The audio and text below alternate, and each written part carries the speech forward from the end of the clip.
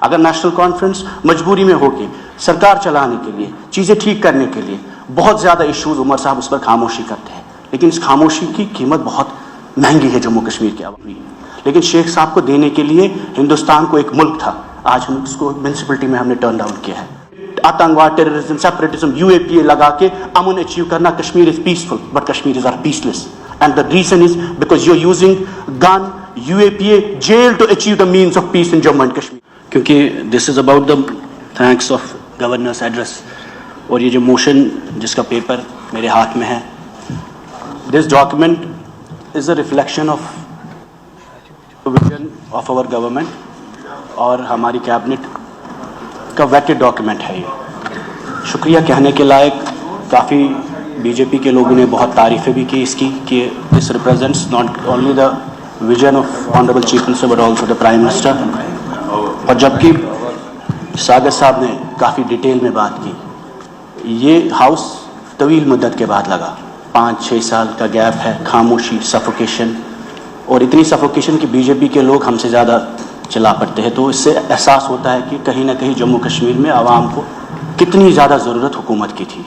اور ایک popular government جس طریقے میں ساگر صاحب نے کہا, جو دکھ درد انہوں نے بیان کیا, اس سے یہ ثابت ہوتا ہے کہ آج بھی جموں کشمیر کی سرکار کمزور بھی ہے اور مشکلات سے بھی ان کا سامنا بہت کرنا پڑتا ہے. ہمیں سمجھتے ہیں کہ it is you have huge expectations. This is a paper of governance جو آنریبل چیف منسٹر صاحب کی کیبنٹ نے پریزنٹ کیا ہے. What is included in this, but what is missing is most important is your core agenda. میں یہ پوچھنا چاہتا ہوں سر کہ this is in conflict with your promises and with your policies. جو promises آپ نے کیے, جس پہ 50 سیٹیں آپ کو ملی, جو وعدے آپ نے کیے, ہر وہ چیز اس میں سنگل آؤٹ ہے. اسی لیے بی جے پی کے لوگ بہت اس کی تعریفیں بھی کر رہے ہیں اور ان کو لگتا ہے یہ جی بی جے پی کے مینیفیسٹو کا حصہ ہے, آپ کے مینیفیسٹو کا حصہ نہیں ہے. ہمیں آپ پہ الزام تراشی نہیں کرنی ہے, بٹ غرض کہنے کا میرا یہ ہے کہ اس ہاؤس کو جب 5 اگست 2019 کو جتنے فیصلے کیے گئے وہ ہمارے خلاف کیے گئے, آپ کے خلاف کیے گئے, خاص کر شیخ صاحب کی لیگیسی کے خلاف کیے گئے. اور اس کے بعد اس ہاؤس کی شروعات جب آپ نے بزنس رول سے کل بولا کہ یہ سوال سجاد صاحب کا نہیں اٹھ سکتا, یہ سوال اٹھ سکتا ہے, یہ بھی سچ ہے. ری آرگنائزیشن ایکٹ میں ہم نے الیکشن لڑا, بٹ کہیں بھی ایسا ہو ہی نہیں سکتا کہ sentiments of people of Jammu and Kashmir, aspirations of people of Jammu and Kashmir can be contained because of business rules and reorganisation. اگر شیخ محمد عبداللہ نے یہی سوچا ہوتا تو اٹانومی کی بات کرتے. تو اس وقت جو عمر صاحب نے پلیبسائٹ کا مینشن کیا تو کبھی وہ ڈسکشنز ہوتے. غرض یہ ہے کہ اگر Jammu and Kashmir people have lost all agencies and all means of power, the last agency is this house. It is up to us whether we make this house into a glorified municipality or equivalent to the constituent assembly discourse debates جو اس constituent assembly میں ہوا کرتے تھے. ہو سکتا ہے ایک کمزور assembly ہے, اور یہ آپ لوگوں کے لیے بھی ہے. اگر نیشنل کانفرنس مجبوری میں ہو کے سرکار چلانے کے لیے چیزیں ٹھیک کرنے کے لیے بہت زیادہ ایشوز عمر صاحب اس پر خاموشی کرتے ہیں, لیکن اس خاموشی کی قیمت بہت مہنگی ہے جموں کشمیر کے عوام کے لیے. کیونکہ 5 سال بعد 10 سال بعد ہمیں لگے گا یہ نارملائز ہوا, جو ہم بار بار کہتے آ رہے ہیں. خدا نہ خواستہ آپ کی وجہ سے ایبروگیشن نہیں ہوئی, لیکن شیخ صاحب کو دینے کے لیے ہندوستان کو ایک ملک تھا, آج ہم اس کو میونسپلٹی میں ہم نے ٹرن ڈاؤن کیا ہے. اور اتنے ٹرن ڈاؤن کیا ہے کہ باہر پولیس والا جو ہے, کسی اس ہاؤس میں 90 لوگوں کی طاقت نہیں ہے کہ اس کی تبدیلی کر سکے. نتیجہ یہ ہے sir, if you as a custodian of this house will not let discourse and debate in Jammu and Kashmir, نتیجہ وائلنس ہوا ہے, نتیجہ سیپریٹزم ہوا, نتیجہ جماعت اسلامیہ ہوا, نتیجہ پاکستان اسٹرانگ ہوا جموں کشمیر میں, کیونکہ آپ نے جموں اینڈ کشمیر کے عوام کو چوک کیا, سفوکیٹ کیا.